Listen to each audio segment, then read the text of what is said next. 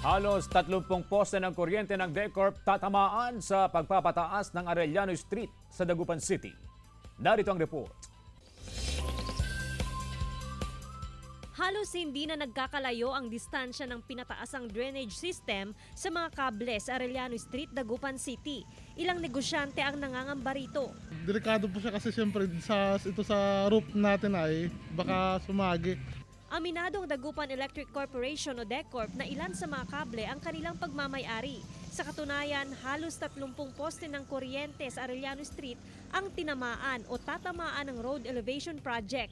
Kaya puspusan ng pagpapatayo ng bagong konkretong poste. May mga challenging situation kami kasi may mga buildings na dyan na existing na kung i-atras mo yung poste, yung aming wire tatama doon sa kanilang building.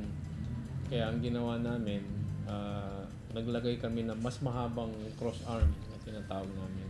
Tiniyak ng DECORP na hindi maapektuhan ang supply ng kuryente sa lugar. Kasabay nito ang isasagawang clearing operations o pagbubunot sa mga poste ng kuryente na hagip ng drainage project at road rehabilitation. Yung week ng October 23, yung mga poste na naiwan doon na nasa gitna ng mga ginagawa nilang drainage, ipo-pull out na namin lahat yun. John Punsoy para sa Mornings with GMA Regional TV.